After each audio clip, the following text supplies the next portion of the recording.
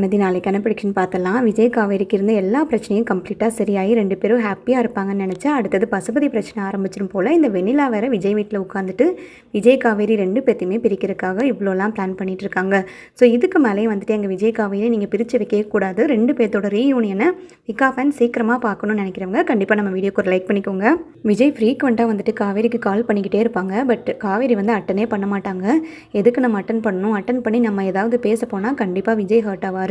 நம்ம ஏதாவது உளறிட்டா கூட விஜய்க்கு விஷயம் தெரிஞ்சுன்னா கண்டிப்பாக வெண்ணிலாவுக்கும் விஜய்க்கும் சண்டை தான் வரும், இல்லைனா ஏதாவது பிரச்சனை வரும். தேவையில்லாமல் நம்மனால யாருக்கும் எந்த பிரச்சனையும் வரக்கூடாது, சங்கட்டமும் ஆகக்கூடாது. நம்ம பாட்டுக்கு ஒதுங்கியே இருக்கலாம். எதுவாக நடந்தாலும் நடக்கட்டும், என் குழந்தையை வளர்த்துக்கிறதுக்கு எனக்கு தெரியும். கடவுள் வந்து என் குழந்தையை வளர்த்துறதுக்கான தைரியத்தையும் தெம்பையும் மட்டும் கொடுத்தா போதும். என் குழந்தையை நல்லபடியாக அந்த உலகத்துக்கு கூட்டிகிட்டு வந்து நான் நல்லபடியாக வளர்த்திடுவேன் அப்படின்ற மாதிரி ரொம்ப ஃபீல் பண்ணி எமோஷ்னலாக டவுனாகி எழுந்துட்டுருப்பாங்க. அந்த டைமில் பார்த்தீங்கன்னா குமரன் கரெக்டாக காவேரிக்கு கால் பண்ணுவார். இந்த மாதிரி பசுபதியை அரெஸ்ட் பண்ணி ஜெயிலையும் போட்டாங்கம்மா, இதுக்கு மேலேயும் வந்துட்டு அவனை பார்த்து ஒரு வார்த்தையாவது கேட்காம விடவே கூடாது. நம்ம கடையெல்லாம் அடித்து உடச்சி, அது போக விஜய் வந்துட்டு எந்த தப்புமே செய்யாத ஒருத்தரை ஜெயிலுக்குள்ளே தள்ளி இவ்வளோ நேரம் வந்துட்டு கஷ்டப்படுத்தியிருக்கான்ல, அவனை பார்த்து ஒரு 2 கேள்வி கேட்டுட்டு வந்துடலாம் வா காவேரி அப்படின்ற மாதிரி சொல்ல, உடனே காவேரியும் கரெக்டு மாமா, நானும் அதுதான் யோசிக்கிறேன். அவனை பார்த்து ஒரு 2 கேள்வி கேட்டால் தான் என் மனசு ஆறும். என் புருஷனையே வந்துட்டு ஜெயிலுக்குள்ளே தள்ளின வந்தானே, அவனை பார்த்து நான் பேசியே ஆகணும். இப்போவே நான் ஒரு 10 மினிட்ஸில் வந்துடுறேன் அப்படின்ற மாதிரி சொல்ல, ஸோ 2 பேருமே கிளம்பி வந்துட்டு ஜெயிலுக்கு போவாங்க. பசுபதி பார்த்ததுமே பசுபதி திரும்பி நின்றுவான். உடனே காவேரி பயங்கரமாக பேசுவாங்க. எதுக்கு இப்போ நீ திரும்பி நிற்கிற? என்னை பார்க்க கூட உனக்கெல்லாம் தைரியம் இல்லையா? உன்னெல்லாம் என்ன சொல்கிறதுனே தெரியாது. என் புருஷன் வந்து எந்த தப்புமே பண்ணல. கொலை முயற்சி பண்ணுறதுக்கு நீ ட்ரை பண்ணிவிட்டு எல்லா பொறுக்கித்தனத்தையும் நீ பண்ணிவிட்டு எல்லா பழியும் என் புருஷன் மேலே தூக்கி போடுறியா? அவர் எதுவுமே யாருக்குமே தப்பான இது நினச்சதே கிடையாது. தப்பானதை நினைக்கவும் மாட்டார், தப்பான விஷயத்த பண்ணவும் மாட்டார். முடிஞ்ச வரைக்கும் யாருக்கும் எந்த துரோகமும் பண்ணக்கூடாது அப்படின்ற மாதிரி குறிக்கோளோடு இருந்துகிட்ருக்கிறவர். அவரை ஜெயிலுக்குள்ளே தள்ளினையே, நான் உன்னெல்லாம் என்னென்ன பண்ணணும்? இப்போ உன்னை இந்த நிலமையில பார்க்குறக்கு தாண்டா நான் வந்திருக்கேன். இப்போ தான் எனக்கு மனசுக்கு ரொம்ப சந்தோஷமாக இருக்குது, மனசுக்கு ஆறுதலாக இருக்குது. இந்த உலகத்தில் கடவுள் இருக்காருங்கிறது எனக்கு இப்போ தான் புரியுது அப்படின்ற மாதிரி சொல்ல, உடனே பசுபதி நீ இங்கே நின்ன, நான் இப்போவே என்ன பண்ணுவேன்னு எனக்கு தெரியாது, மரியாதையாக போயிடுடி. நான் இந்த நிலைமைக்கு நான் ஆயிருக்கேன்னா அதுக்கு காரணமே வந்துட்டு நீயும் உன் புருஷனும் மட்டும்தான். உன் குடும்பமே சேர்ந்து பிளான் பண்ணி என்னை இந்தளவுக்கு ஆக்கிட்டீங்கல்ல, உங்களை நான் என்ன பண்ணுறேன்னு பாரு அப்படின்ற மாதிரி சொல்ல, உடனே குமரன் ஆரம்பிப்பார்.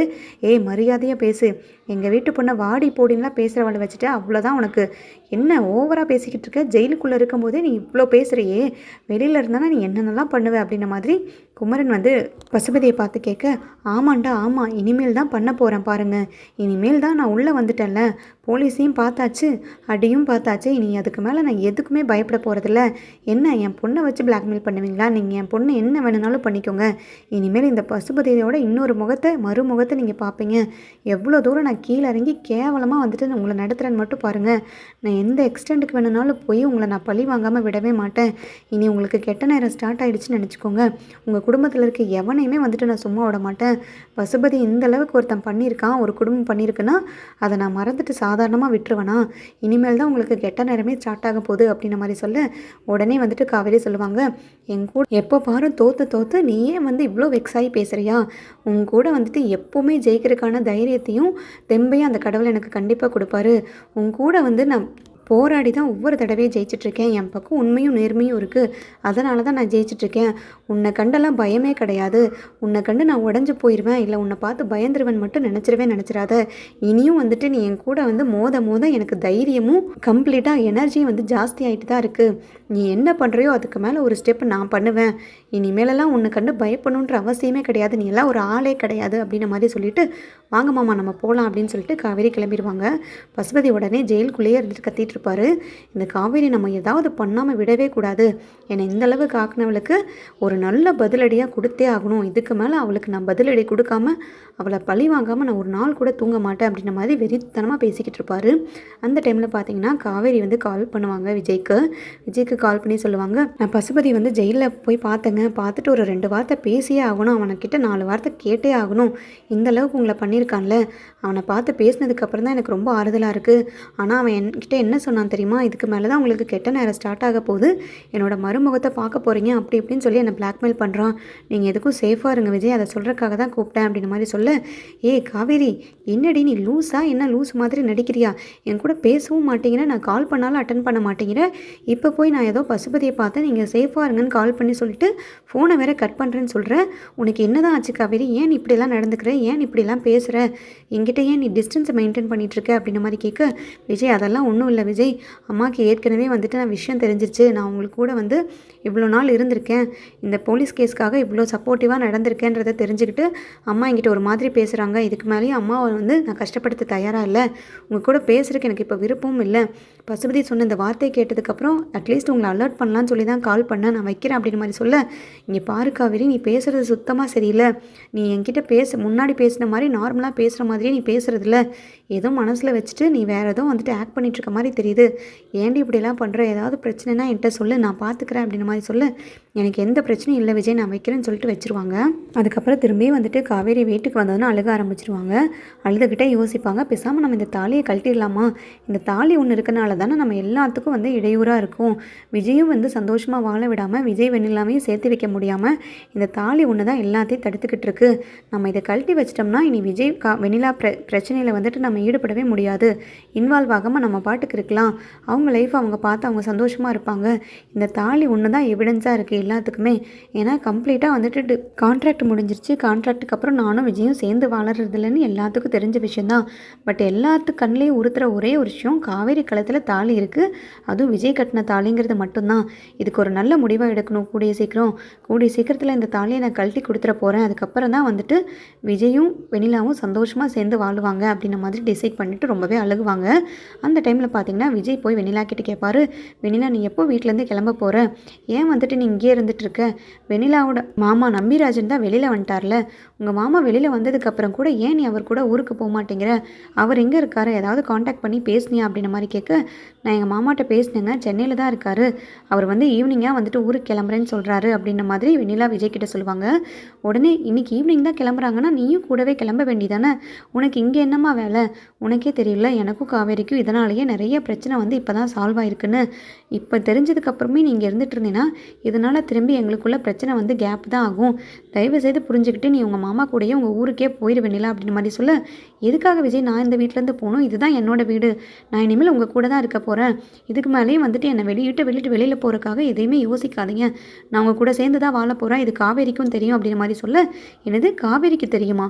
என்ன சொல்கிறா? இது எதுக்கு காவேரிக்கு தெரிய போகுது? காவேரி உங்ககிட்ட என்ன சொன்னா அப்படின்ற மாதிரி கேட்க, ஓ உங்ககிட்ட எதுவுமே காவேரி சொல்லலையா? நான் வந்து உங்களை காப்பாற்றுறதுக்கு வேண்டி இவ்வளோ தூரம் ரிஸ்க் எடுத்திருக்கேன், ஹாஸ்பிட்டல்லேருந்து அவ்வளோ கஷ்டப்பட்டு உங்களை ரிலீஸ் பண்ணி கொண்டு வந்திருக்கேன். காவேரி பண்ண அந்த ஒரு சத்தியத்தினால தான் நான் இவ்வளோ உதவியும் அவளுக்காக பண்ணியிருக்கேன், உங்களுக்காக பண்ணியிருக்கேன். காவேரி அவள் குழந்தை மேலேயே சத்தியம் பண்ணியிருக்கா. அந்த குழந்தை இருக்கா இல்லையான்றதுலாம் எனக்கு தேவையில்லாத விஷயம். அந்த குழந்தைக்கு அப்பா வந்து நீங்கள் தான் சொன்னால் அதுவுமே வந்துட்டு எனக்கு நம்புகிற மாதிரி கிடையாது. சரி அது ஒரு பக்கம் இருக்கட்டும், அப்படியாவே இருந்தாலும் எனக்கு ஒரு நல்லது நடக்குது, காவேரி வந்து உங்கள் லைஃப்லேருந்து போயிடுறேன்னு சொல்லி சத்தியம் பண்ணதுனால தான் நான் இவ்வளோ தூரம் ரிஸ்க் எடுத்து வந்து உங்களை ரிலீஸும் பண்ணேன், உங்கள் கூட சேர்ந்து வாழ்கிறதுக்காக நான் இங்கேயும் வந்திருக்கேன். இதுக்கு மேலேயே நான் வந்து உங்களை விட்டு கொடுக்கறதுக்கு தயாராகவே இல்லை விஜய், நீங்கள் என் கூட சேர்ந்து வாழ்ந்து தான் ஆகணும் அப்படின்ற மாதிரி சொல்ல, நிறுத்திய முதல்ல, நீ எல்லாம் ஒரு பொண்ணு, உனக்கு கொஞ்சம் கூட அசிங்கமாக இல்லை, உடம்பு கூசவே இல்லையா? காவேரியை தான் என் லைஃபு, காவேரி தான் என் பொண்டாட்டி, காவேரி தான் எனக்கு எல்லாமேன்னு சொல்லி திரும்ப திரும்ப சொல்லிக்கிட்டு இருக்கேன். காவேரி சத்தியம் பண்ணால் என்னை ரிலீஸ் பண்ணுறதுக்காக நீ ஹெல்ப் பண்ணன்ற, நீ ஹெல்ப் பண்ணாலும் பண்ணலனாலும் என்றைக்குனாலும் உண்மை தெரிஞ்சு நான் ரிலீஸ் ஆக தான் போகிறேன். நான் நிரபராதிங்கிறது எல்லாத்துக்கும் தெரியதான் போகுது, கோர்ட்டுக்கும் தெரியதான் போகுது. ஏதோ நீ பெருசாக வந்துட்டு சாதிச்சிட்ட மாதிரியும் எனக்காக பண்ணக்கூடாத உதவியை பண்ணி நன்றி கடன் நான் செலுத்தணுங்கிற மாதிரியே நீ காவேரிக்கு வந்து ஆர்டர் போட்டு அவ்வளவே வந்து பிளாக்மெயில் பண்ணி வச்சிருக்கியா? இதெல்லாம் ஒரு விஷயமே கிடையாது. இது தெரியாமல் காவேரி வந்து நான் வெளியில் வரதுக்கு வேண்டி இவ்வளோ தூரம் ரிஸ்க் எடுத்து அவள் குழந்தை மேலேயே சத்தியம் பண்ணியிருக்கா. ஏன் குழந்தை மேலே சத்தியம் பண்ணுறதுக்கு அவள் யார்? அதுவும் போக நான் உன் கூட சேர்ந்து வாழணுமா வாழக்கூடாதாங்கிறது நான் தான் முடிவு பண்ணணும். எனக்கு அவள் தான் எல்லாமே, அவள் தான் உயிர்னு சொல்லிட்டு அவளுக்காக உட்காந்துட்ருக்கேன். அவள் இந்த மாதிரி பண்ணிகிட்ருக்காளா? அவள் இந்த மாதிரி பண்ணியிருக்கானா அதுக்கு காரணமும் நீயாக தான் இருப்ப. நீ இந்த வீட்டிலேருந்து முதல்ல வெளியில் கிளம்பு. இனிமேல் ஒரு செகண்ட் கூட விஜய் வீட்டில் நீ இருக்கக்கூடாது. இந்த வீட்டிலேருந்து நீ இருந்த கண்டிப்பாக என் சந்தோஷம் சுத்தமாக இருக்காது. என் பொண்டாட்டி மாசமாக இருக்கா, அவள் கர்ப்பமாக இருக்கும்போதாவது அவளை நான் சந்தோஷமாக வச்சுக்கணும், அவள் கூட சந்தோஷமாக இருக்கணும்னு நினச்சா அதுக்கு நடக்காத போல இருக்குது. ஏற்கனவே 2 மாதம் இப்படியே முடிஞ்சிருச்சு. இதுக்கு மேலே நான் காவேரியை கஷ்டப்படுத்த தயாராக இல்லை. இம்மிடியேட்டாக காவேரியும் என் குழந்தையும் இந்த வீட்டுக்கு அழைச்சிட்டு வரணும். அவள் வயிற்றில் வளர்கிற குழந்தையை நான் எப்படியாவது நல்லபடியாக பார்த்து நல்லபடியாக அதுக்கான குரோத்தை கொடுத்து வெளியில் கொண்டு வரணும். இப்போதைக்கு எனக்கு இருக்க பெரிய கமிட்மெண்ட்டும் பெரிய ஆசையும் அது மட்டும்தான். தயவு செய்து இதெல்லாம் புரிஞ்சுக்கிட்டு வெண்ணிலா நீ உன் மாமா கூட வீட்டை விட்டு கிளம்பி போயிரு. நான் வந்து உன் கூட சேருவணும், சந்தோஷமாக இருப்பணும்னு நினச்சி கூட பார்த்துறாத. நீ என் லைஃப்பில் எப்போவுமே இருக்க மாட்டே அப்படின்ன மாதிரி சொல்லிட்டு இருக்க. கரெக்டாக வந்துட்டு வெண்ணிலா மயக்கம் போட்டு விழுந்துருவாங்க. மயக்கம் போட்டு விழுந்ததுமே தாத்தா பாட்டியை கூப்பிட்டு அவளை கொஞ்சம் பாருங்கள் என்னன்றன்னு சொல்லிட்டு விஜய் வந்து ரூமுக்கு போயிடுவார். ரூமில் போய் சொல்லிட்டு இருப்பாரு, இப்போவே நான் காவேரியை போய் டைரெக்டாக பார்த்து பேச தான் போகிறேன். யார் கூட சேர்த்து வைக்கிறது? காவேரி தான் எனக்கு எல்லாமேன்றது அவளுக்கு தெரியாதா? வெண்ணிலா கூட சேர்ந்து நான் வாழணுமா? என்ன தான் இவ காவேரி பண்ணிகிட்ருக்காளோ தெரில. முதல்ல இவ மயக்கம் தெளிஞ்சதுமே வீட்டை விட்டு வெளியில் அனுப்பணும். முதல்ல நம்பிராஜனுக்கு கால் பண்ணி இவளை வந்து அழைச்சிட்டு போக சொல்லணும்னு சொல்லிட்டு கால் பண்ணுவார்.